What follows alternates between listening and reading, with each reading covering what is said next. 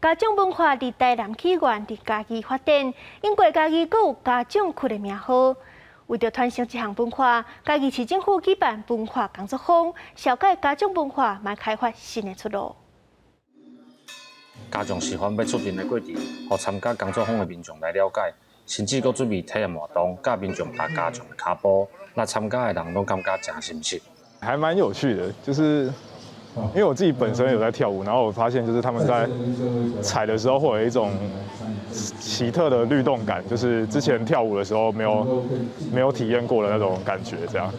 家己地区过去有家长区的名声，但是因为社会改变甲一寡看法，家长文化当咧消失。家己市政府智慧科技处举办工作坊，就是希望用新的观念来保存这个强庙文化。年轻人的认识或是家教传承都没有那么的容易，所以它其实有点危机，但又很有一个潜力。那我们觉得这就是创生很适合，可以来碰撞，有一些新的可能的一个出发。家长一直人做新币的，而家查甫会当练，敢在庄的人会当练，但阮即摆唔是。